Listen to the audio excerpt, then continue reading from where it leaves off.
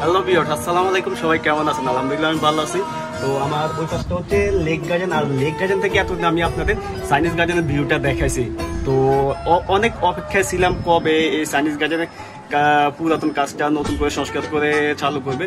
তো গত সপ্তাহে এটা চালু করছে, তো জাস্ট আমি গত সপ্তাহে আসতে পারিনি, এই সপ্তাহে আসছি। তো ভাবলাম আপনার মাঝে কিছুটা অংশ শেয়ার করি। তো এতদিন ভাবলাম কিভাবে আসবো চাইনিজ গার্ডেন, তো দেখতে পাচ্ছেন।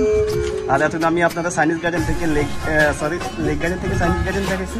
আজকে আমি চাইনিজ গার্ডেন থেকে আপনাদের লেক গার্ডেনের ভিউটা দেখাই। অস্থির একটা ভিউ দেখতে পাচ্ছেন।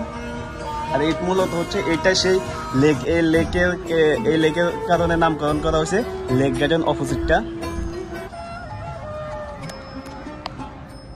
বিশাল বড় লেক, আর ওই পাশটাতে হচ্ছে লেক সাইড এমআরটি, এবং এই পাশটাতে হচ্ছে চাইনিজ গার্ডেন এমআরটি স্টেশন।